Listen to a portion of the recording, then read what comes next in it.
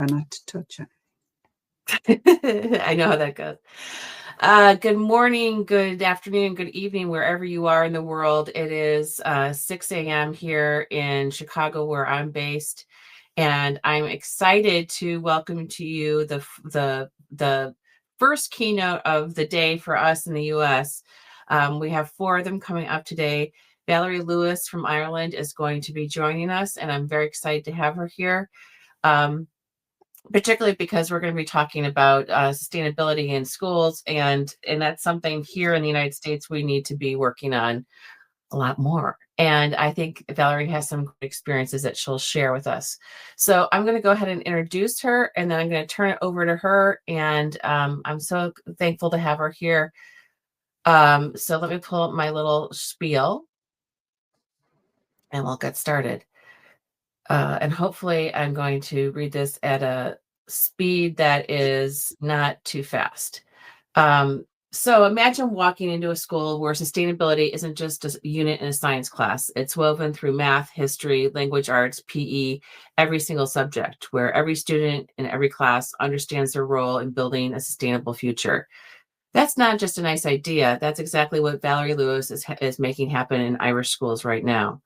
Valerie is the director of the Take One program, a Department of Education funded initiative helping schools embed education for sustainable development across their entire curriculum. She works with the UN Sustainable Development Goals as a framework and carries a powerful motto that every student, every subject, every class. What makes Valerie's approach so powerful and so relevant to GLOW is that she's thinking systematically. She's not asking individual teachers to save the world alone. She's reimagining what it means for schools to function as whole communities committed to sustainable futures. She's also pursuing her own Doctor of Education in Sustainable Futures, walking the walk alongside the educators she supports. If you are passionate about sustainability and education for the planet, and one of GLOW's core themes, her keynote today will give you a concrete replicable model you can bring back to your own school community. So without further ado, please welcome Valerie Lewis. Thanks, Valerie, for being here. Thank you, Lucy. That's great. I couldn't have put that better myself. I might steal that from my blog. That Sure, really wrapped everything up really well. It's great and lovely to hear somebody else's perspective on the work we do from the outside in. Thank you very much. And as Lucy said, good morning, good afternoon, and good evening. I know people are joining us from various time zones. For those of you who have got up early and those of you who are watching the clock to head to your beds, thank you very much for joining me here this morning. And thank you very much to Lucy and the GLOW team for providing me with this opportunity to share the work of the Take One program and sustainable development as it is in Ireland at the moment.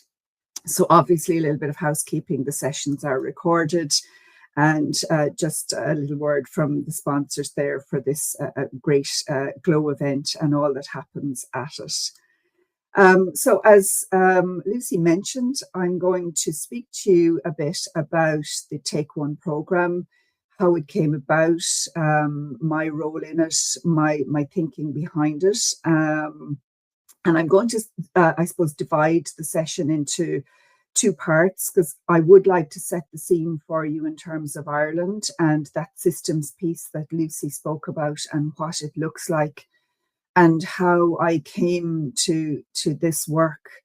I'm a post-primary teacher by profession, but a number of years ago had an opportunity to work on secondment in our Department of Foreign Affairs. And while there, fortuitously, Ireland and Kenya were the facilitators of the negotiations for the United Nations Sustainable Development Goals. And as an educator, to see that happen at a distance, I certainly wasn't involved at the coalface, but educators don't tend to be that close to policy development. And it was quite interesting to watch it unfold. It was also quite interesting to watch the impact that a small country like Ireland and Kenya had in terms of bringing 193 nations together and what that looked like. and mapping out a plan for the next 15 years and how that would work and all that it entailed. And I meandered back into formal education in a policy role and did that thing that other teachers hate. I said to them, I think we need to be doing something about this, and it very much aligns with the aspirations of education. But I was also conscious of, as an educator and school leader, that infamous line, when society gets an itch, education must scratch it. And I certainly didn't want to be the kind of educator and facilitator and program designer who came with more work for teachers. I'm sure in countries around the world, curriculums are already fairly comprehensively packed as they are in Ireland. So I began to spend some time looking at, if I did want to present something, what would that look like for our educators? And that is how the Take One program was born. It was very much looking at that systems piece. What do we have to do? And how could sustainable development engage with what is there already? And as luck would have it, our lower second level, so the curriculum between the ages of 12 and 15 had just been repurposed. So I was able to do a lot of work mapping in relation to there. So just for as I said, the first part of the session, I'm going to talk a little bit about that system and about the landscape in Ireland, because I think it's relevant to look at what I was working with in terms of development and what informed me. I'm going to talk a little bit about what ESD is in the context of Ireland, not because anybody needs sustainability explained to them, but it is a place I start with all the educators and leaders, because in the sea of language aligned to sustainability, it can be very easy to assume we all have the same understanding. And while I'm not looking for an agreed understanding, I am presenting the lens through which our curriculum documents, our subject syllabuses, and our education and government departments look. I'm going to talk a little bit about policy alignment. And again, it's more for setting the scene rather than trying to confuse people by what happens in Ireland. And all of the documents I reference will be linked in the later slides. So if you do feel the need to have a look at how things are set up, there will be a link there. And my contact details are on one of the final slides, but they're across the bottom of all these slides as well. Then the meat, I think, on the bones would be the Take One program itself, what that looks like, what was born out of all those experiences, and a very brief example of learning in action. And I'd like to leave a little bit of time at the end for some questions if anybody has those. So in Ireland, we're quite a small country. So there are 723 second level schools in the country. Currently, the Take One program has been applied or utilised in over half of those. And we do have a national curriculum, so it's prescribed. This is useful for me because it means whatever school I speak to, whether it's a state school or a religious-run school or a private school, the curriculum is a framework for those. It's prescribed in that there are stepping stones, but there is some local autonomy in terms of the subject syllabuses that are used and what that looks like. In our national ESD strategy documents and in our education documents, the definition that we mostly align to is that comes under Target 4.7 from the Sustainable Development Goals.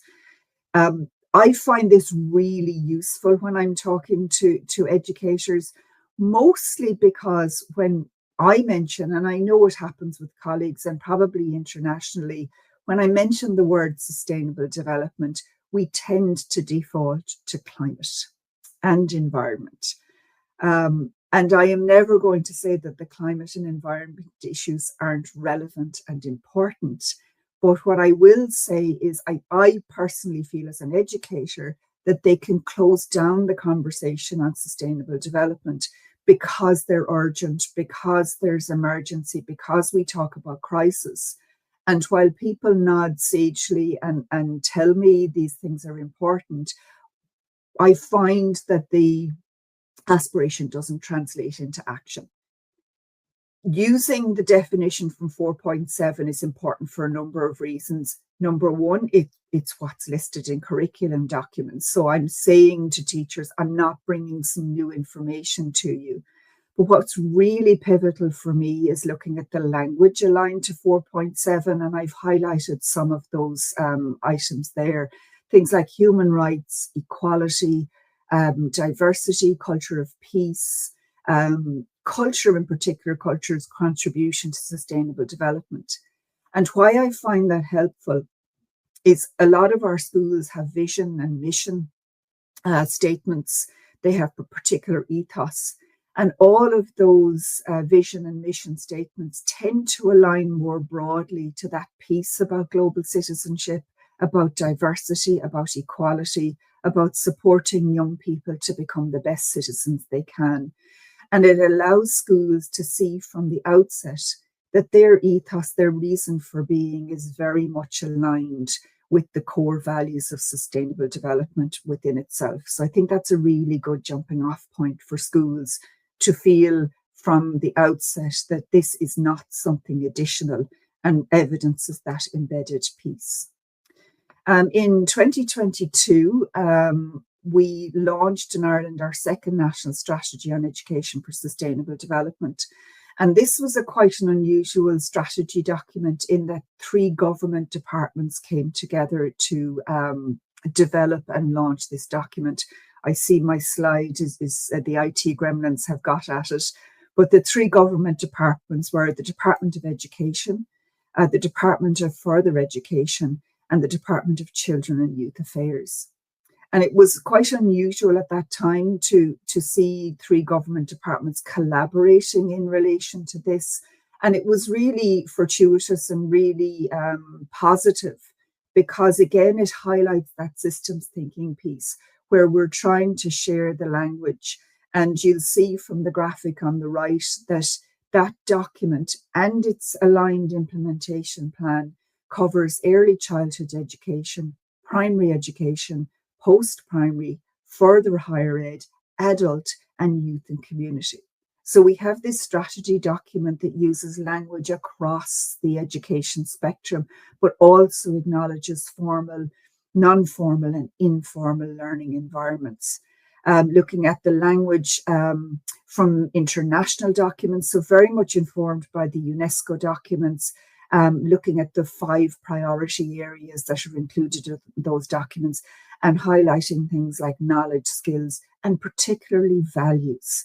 And I think the values piece for me is a real nugget and gem in terms of how we engage with sustainable development. What do I care about? Because we tend to change the things we care about. We impact, we try and progress them. So that values piece has become more and more important. And that's really good to see. So again, when we look at that national document, that ESD strategy, that informs our education policy syllabus document. And that's a document there in the centre. And we call that document Looking at Our School. And our second level schools use that to plan the subjects that their students will engage with. It plans their evaluation process. It plans how they organise their school year, and they're planning for 1, 2, or 3 years. And it also is the document that informs our subject and our school inspections. So again, the Take One programme really looks at these documents because they are set documents and using the language that is in those documents, looking at how they're informed. And again, that systems piece and all of the subjects grow out of that framework document. So as I mentioned earlier, we have a national curriculum and we have subject syllabuses for each of our subjects, which again provide stepping stones for our teachers at a classroom level in terms of what they look like. Really, again, very important in terms of what that planning entails. So that document, that looking at our school, encompasses two broad areas: learning and teaching, and leadership and management. And these are guiding principles for our schools. So we have standards which we encourage our teachers to adhere to. And then we have statements of effective practice. So it helps us to look at how are we achieving those. In that 2022 document, really interestingly, it was primarily kept in its previous iteration, but there were some updates which I was very heartened to see. I'm not sure all of the educators were pleased, but we see a lot of language aligning to sustainable development, both explicitly and implicitly.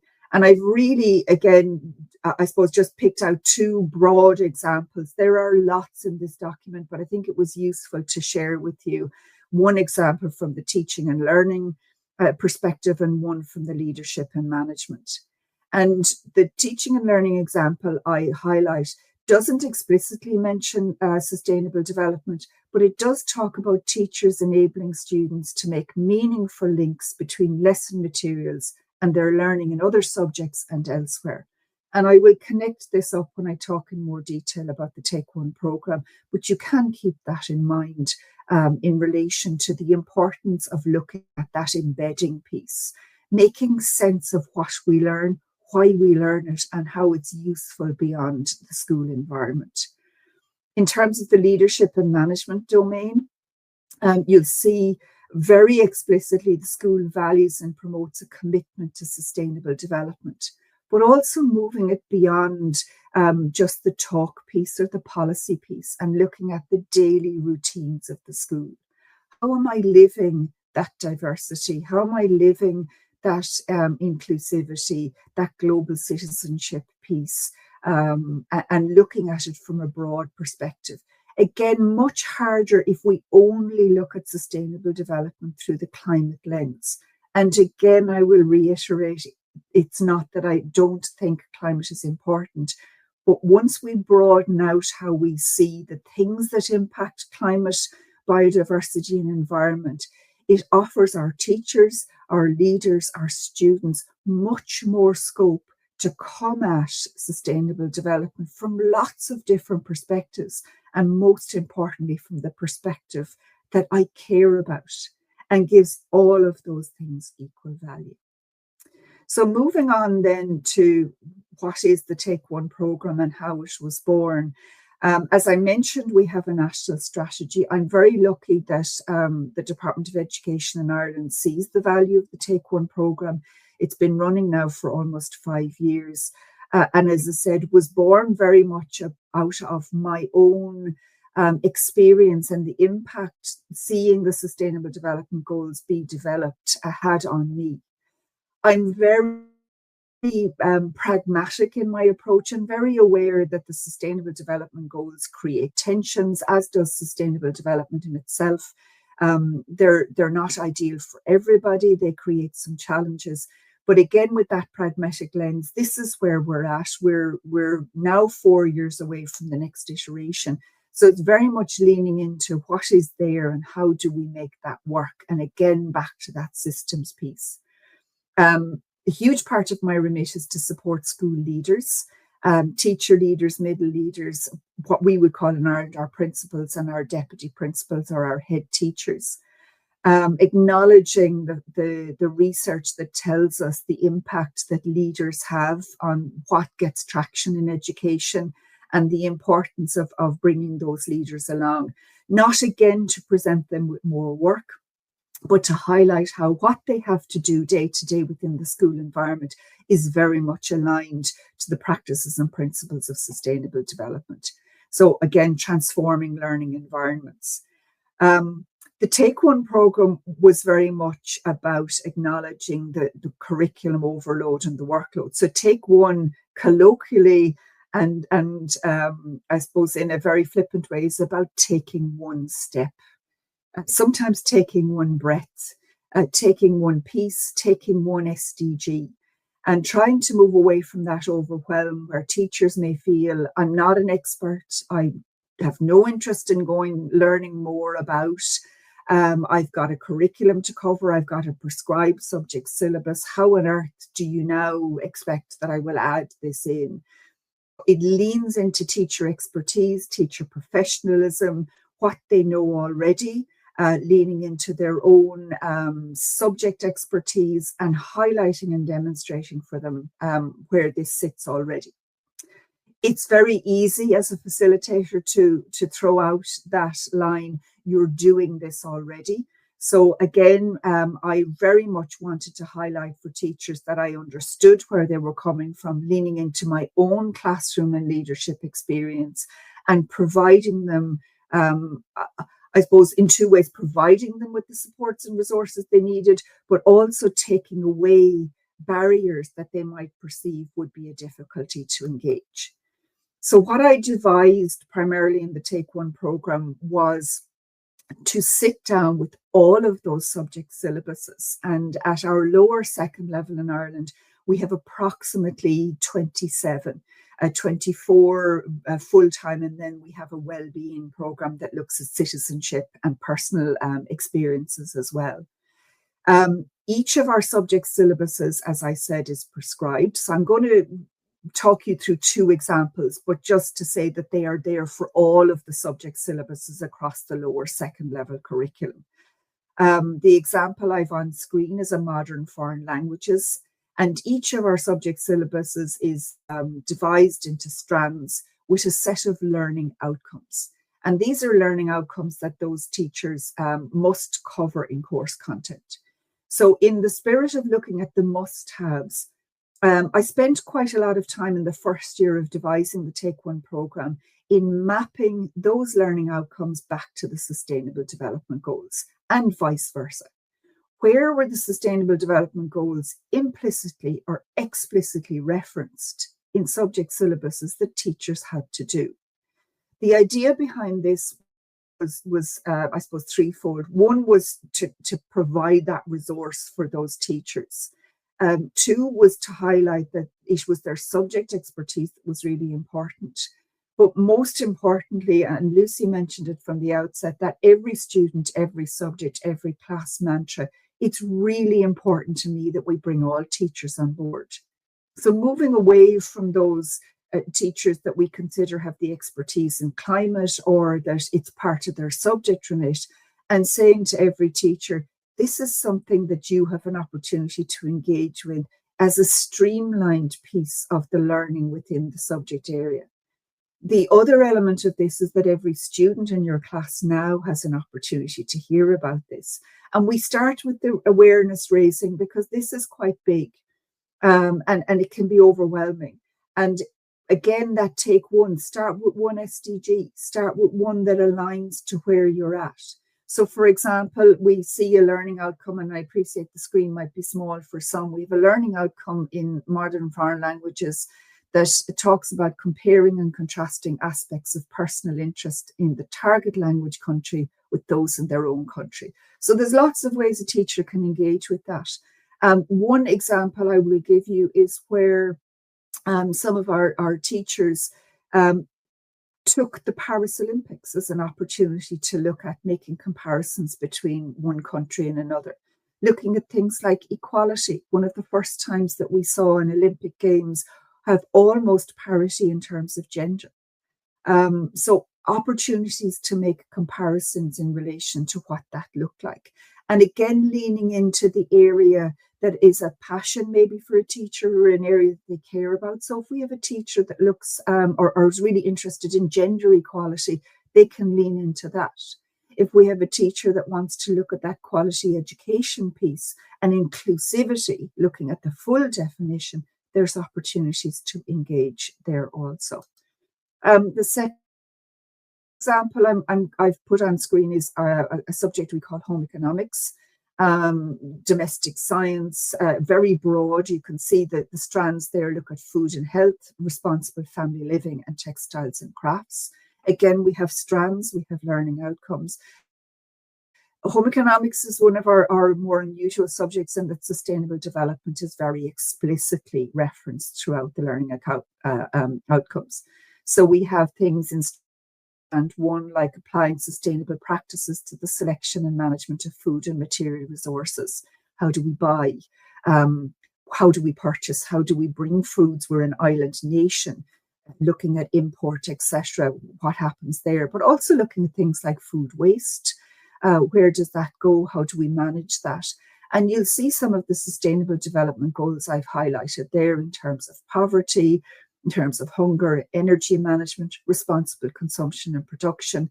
And again, supporting teachers to make reference to what they look like and how that impacts. And also the climate piece. It's not that it gets disregarded, but really highlighting for our students that the climate piece and the sustainable development goals were never intended to be implemented as individual goals, but they were designed and devised as an interconnected piece of engagement, so that when I am being responsible in my consumption, that has an impact on the planet. It has an impact on energy.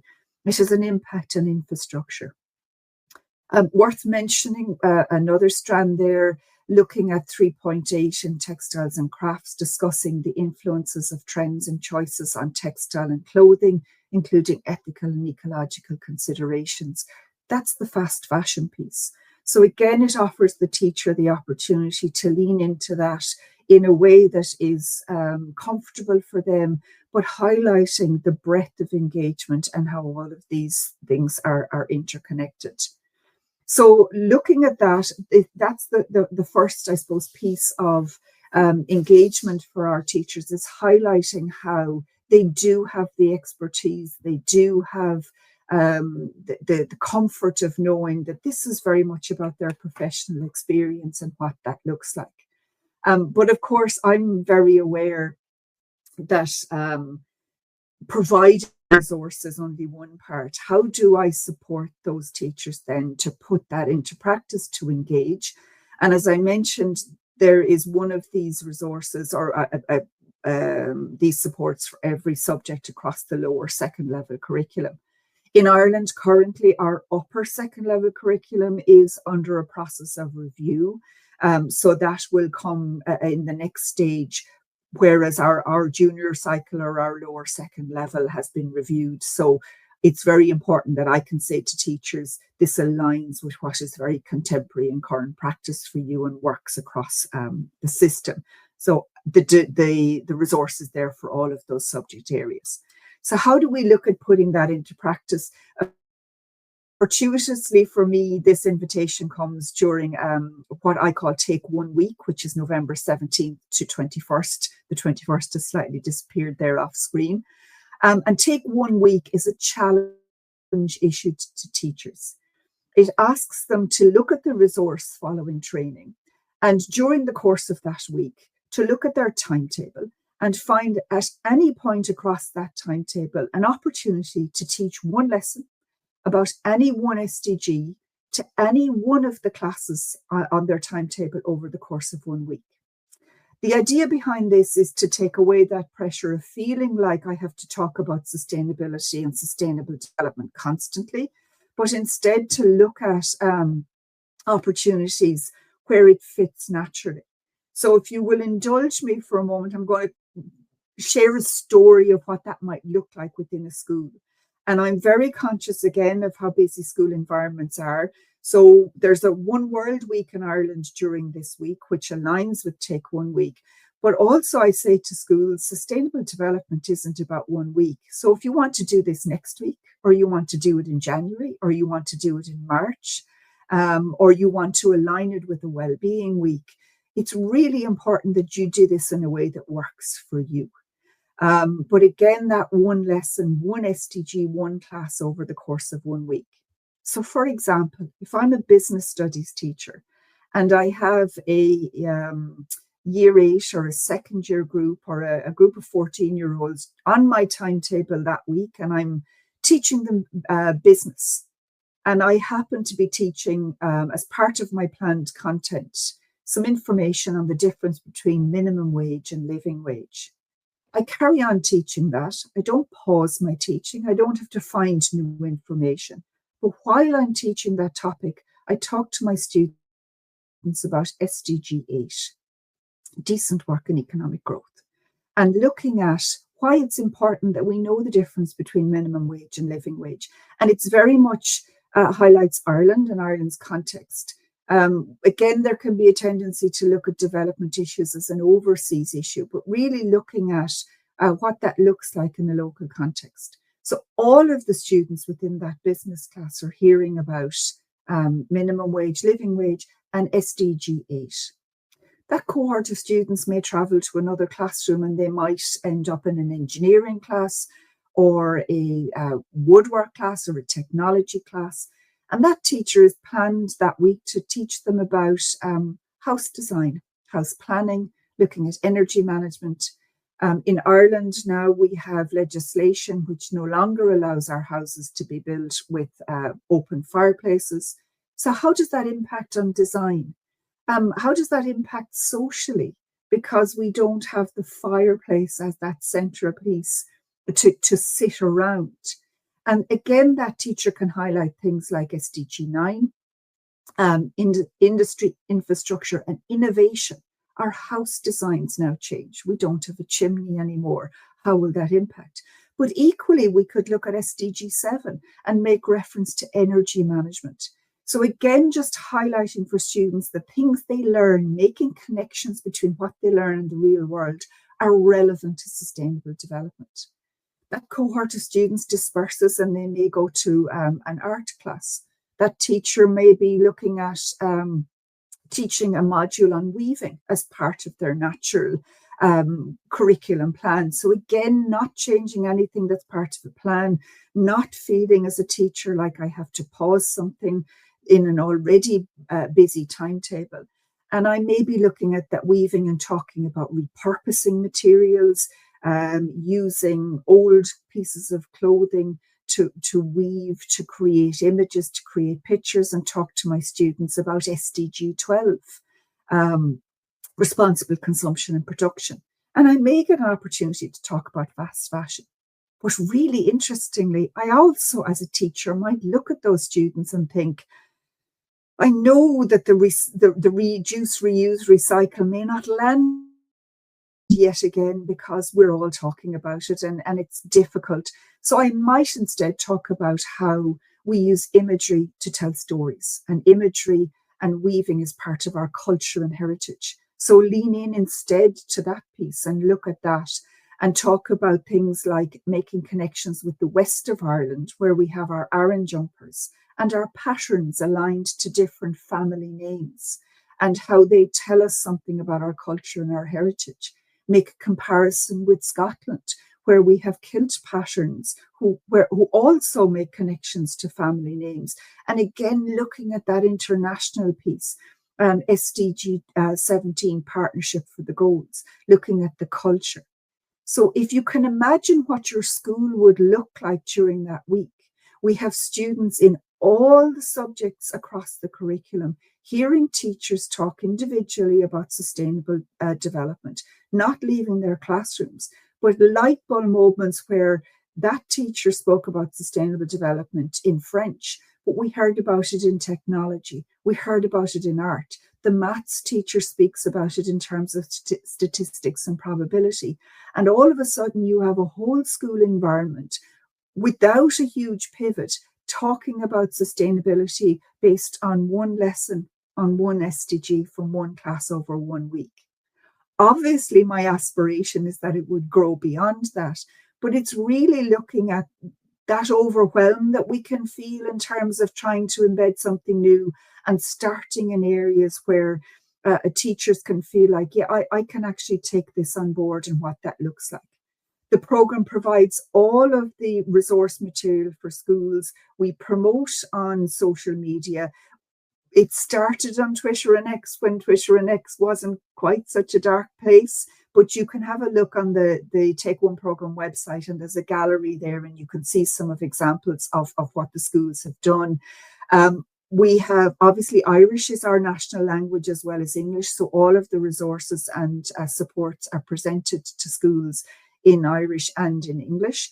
And you'll notice none of the posters or the materials has a date on it, so that if a school does wish to take 1 week in March or in September, They don't feel like all of these materials have a date on them or a year on them.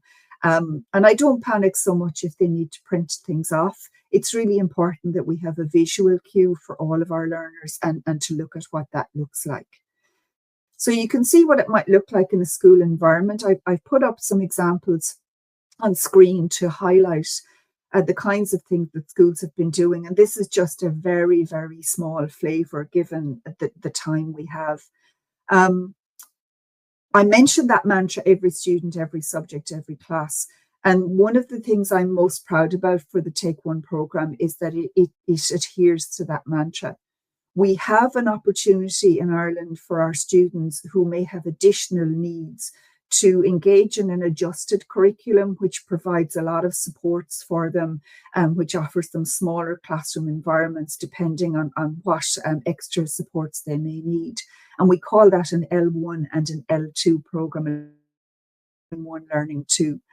And the image on the top left-hand corner on the screen there is from a school with who had one of those programs. And that cohort of students grew herbs in the school garden.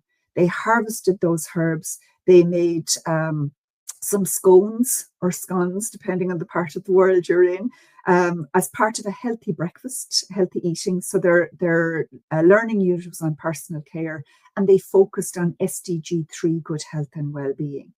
And that cohort of students can participate in Take One because their learning aligns to their learning outcome. So there's no sense in that school environment that, oh, this class group is doing more because they're better able, or this class group can't engage because they need additional supports. And again, that values piece, we're all in this, the community piece, so we all engage. An example from the top right-hand corner, that home economics classroom, and that teacher making comparisons between natural stain removers and shop-bought stain removers. So again, demonstrating the learning embedded as part of the curriculum and the subject syllabus content. And then another example of what we do in the Take One programme is a bit of celebration and look at positivity. In education, we have a tendency, certainly in Ireland, to look at what we're not doing. So I try and encourage teachers to celebrate their achievements and what we're doing well. And that aspiration of the not doing it really comes from a place of trying to do better. So in May of every year, I throw out a challenge for schools to create a metre of meadow. And that means finding a green area within a school and not mowing it, not interfering with it, let it grow. Let's see what natural species come up. No throwing out of seed bombs. Let the weeds thrive, let the sedums appear, let the dandelions appear. And then look at what appears after that. Do we see some bees? Do we see some butterflies? Do we see some natural environments? And the metre idea just acknowledges that some of our schools are urban and they may not have as much green space as everywhere else. But my Twitter /X feed for that day, that week, again, is superb because it's so fundamentally green. It's wonderful to see what happens in relation to that. So it's just a really nice experience to look at what happens in terms of when we let things happen and when we let things grow and what that looks like, and supporting schools to engage in whatever way they can. That May Day for sustainability does happen and will happen on the 6th of May in 2026. But like all of the other pieces that I've mentioned, I'm very happy for schools to say, listen, we're going to do it in March and have a March for sustainability. Sustainable development can't just succeed when we pause things or when we have it during a week. So while it's important for me to encourage students to have that week or have those days and schools, it's also important to acknowledge it can happen whenever it happens, and that's really useful. Just a few kind of concluding slides to make reference, and I see there's some comments, so hopefully I'll be able to address those. Just some links on that slide in relation to other pieces of work where I have presented this programme. I have presented it at the World Environmental Education Conferences in Budapest and in Abu Dhabi. It is presented as an example by the OECD as a global teaching insights, an example of sustainability in action.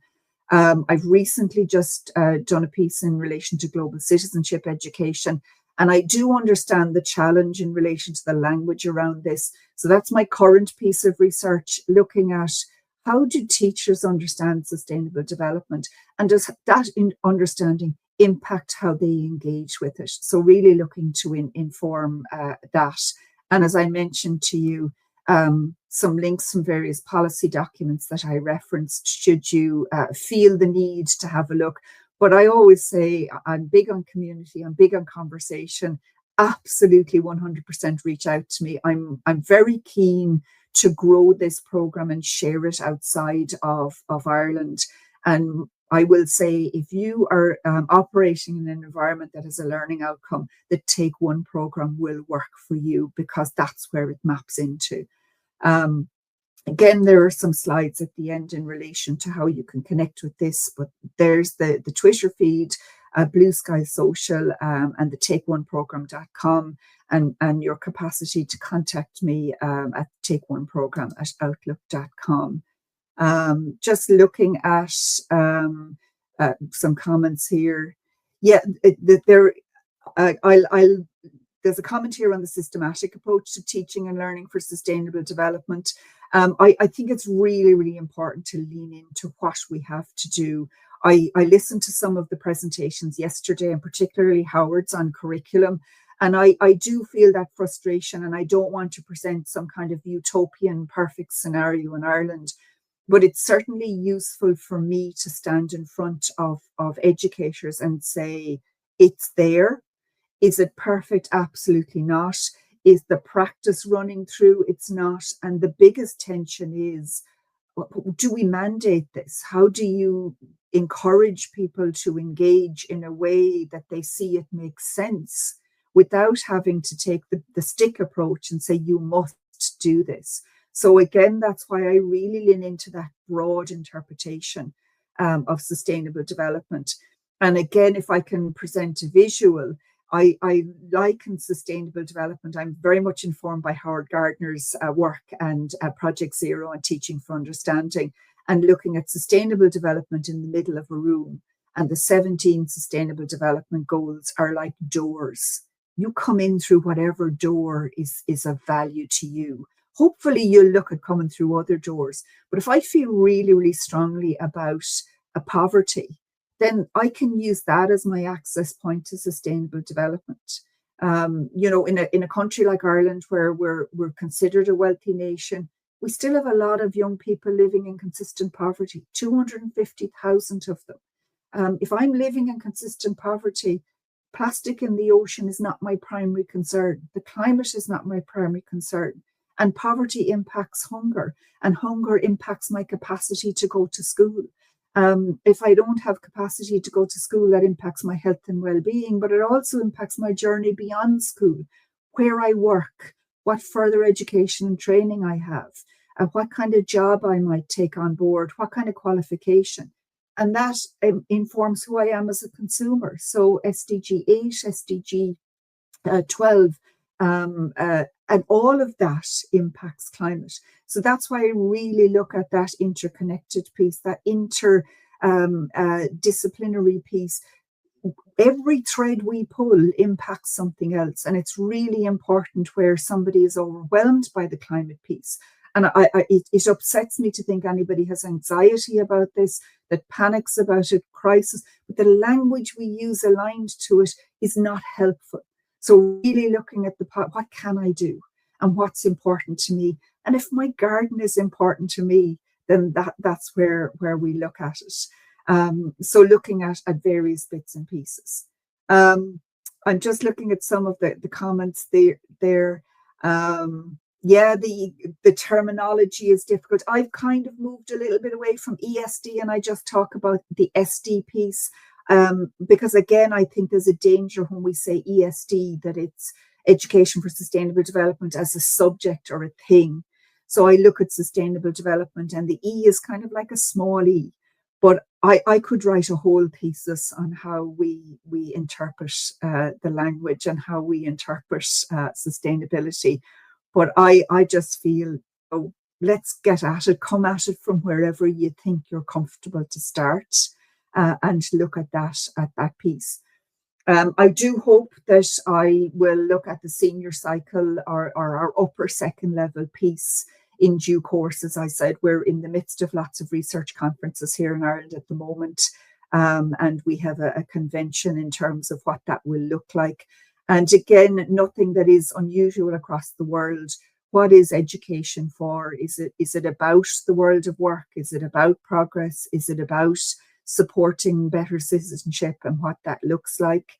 And we could debate and argue, I think ad nauseum for that in relation and to what it is. Thank you, Lucy. You've put up a link to the UN SDGs. I forget sometimes that people may or may not know what they are. Certainly in Ireland, there are times when we feel we've done that. We don't need to look at it anymore. But I think for me, the awareness raising thing will always be very, very important, and looking at that. So I think from my perspective, I hope that's given you a sense of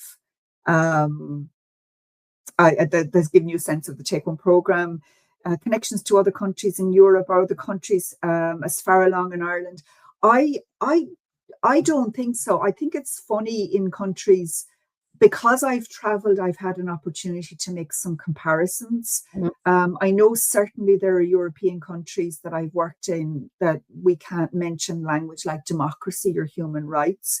We're very lucky in Ireland. We can have those conversations and have those disagreements, and debate and discuss those issues. And I think one of the gems about sustainable development is that critical thinking piece. We don't need to have an answer. We do not need to have an answer, but we do need to debate and talk and figure out, how do I ask you about something that's contentious? How do we discuss it and maybe agree to disagree and say, you know what, have at it with the planet. I'm not buying an electric car. It's $50,000 and I can't afford it. And I like my fire.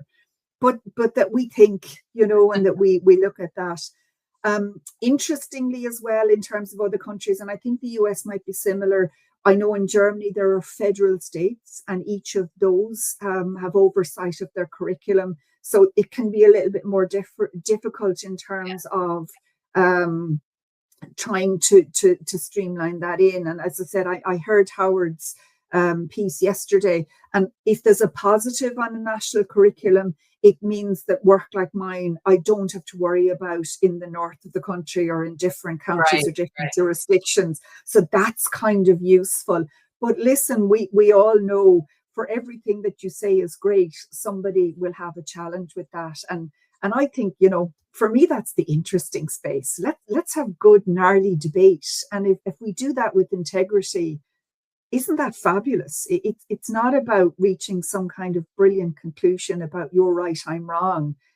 This works, this doesn't, because this is a movable piece, and I think that's what makes it quite interesting. So yeah, absolutely. And if there's anybody out there across the globe that thinks there might be an opportunity, even in a take one step way, I would love to connect and love to see, could this be repurposed? Are there ways of helping people, and I'm glass half full, glass fully full. Let's see what we can do.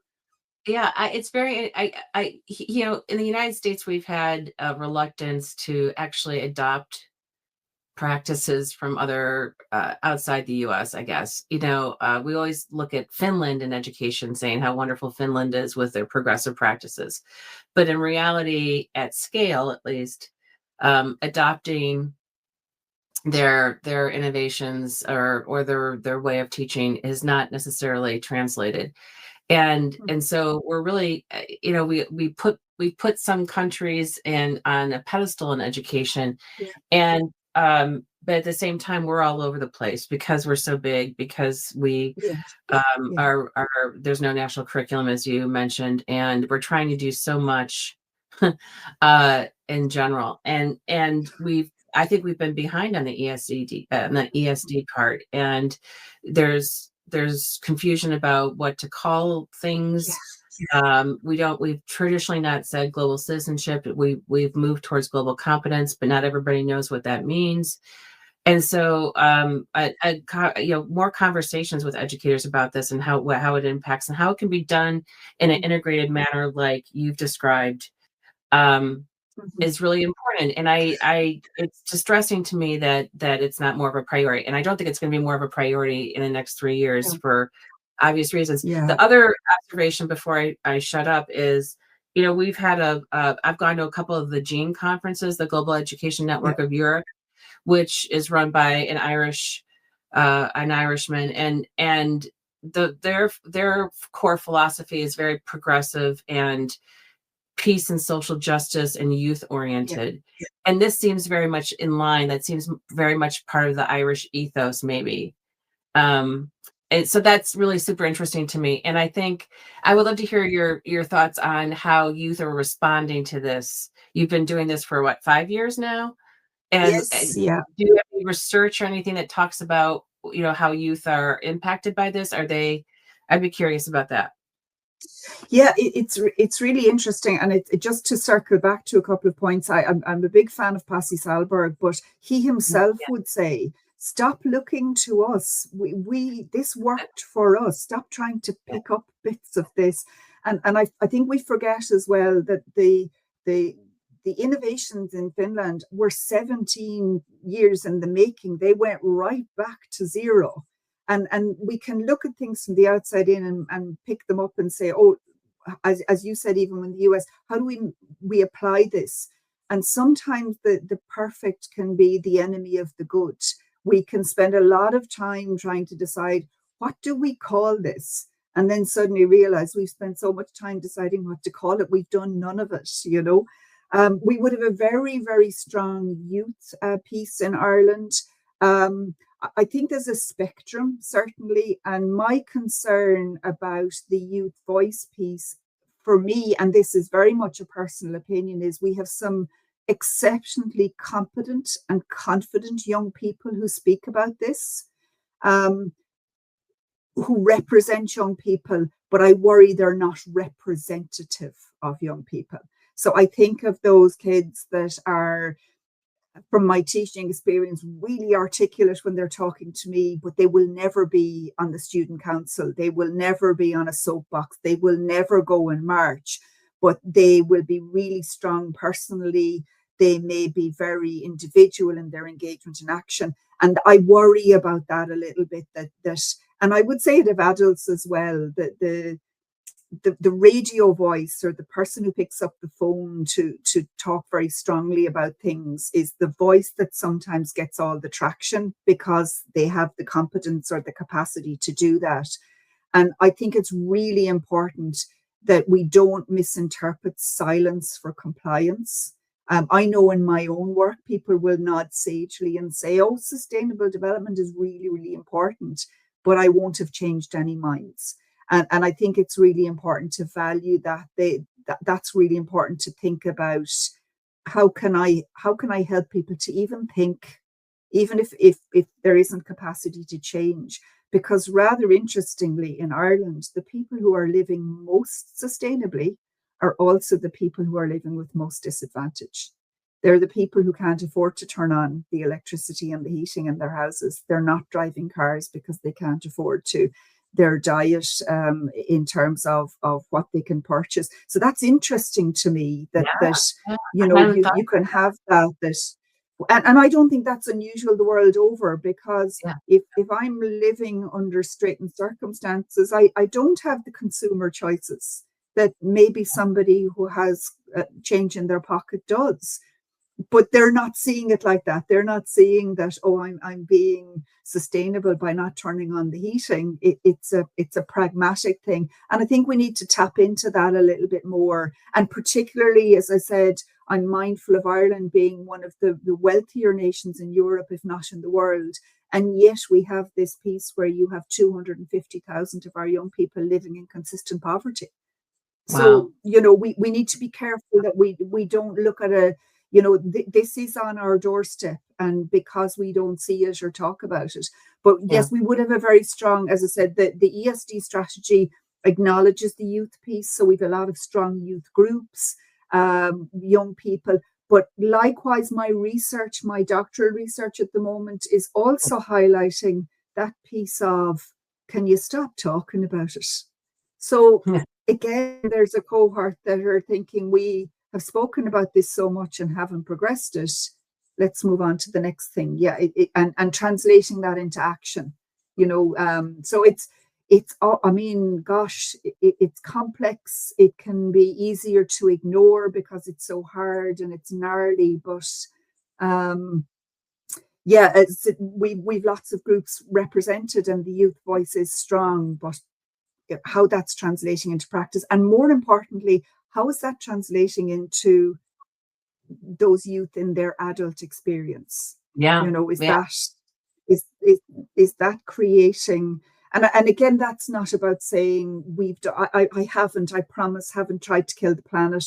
I haven't tried to ruin it for the people coming after me. I do feel really strongly about that. But likewise, I'm not suggesting that those young people are going to fix all of this. Right. It's daunting. It's overwhelming. But I think we need to keep talking. And I'm a big fan of try something, do Yeah. something rather than and be paralyzed, you know. Rather So than do nothing. Yeah. yeah, so Absolutely. that's interesting as well. Thank you, Yeah, Valerie. This has yeah, been really insightful. And I think this is some really good guidance for what wherever you are in the world, how curriculum can look and how initiatives can look in terms of structure. I love the idea of having an ESD week. Traditionally this is International Education Week here, at least. I don't think our government's doing very much more this year, but I think there's a lot to take away from here, and this and understanding how ESD is much more than climate. That's another takeaway for me too. So we need to move on to our next set of sessions, but I want to thank you for being here and being so flexible. And at least you're not getting up at 6 in Ireland. But I hope people watch the recording because I think this is incredibly valuable. Thank you. And for those of you watching, we have another set of sessions going for the next hour. Some are starting at the top of the hour, some are starting at the halfway point. Make sure to jump in and support our speakers. And thank you for being here. And we'll see you in the next set of rooms, everyone. Thank you. Take care. Have a good day. Okay, there we go.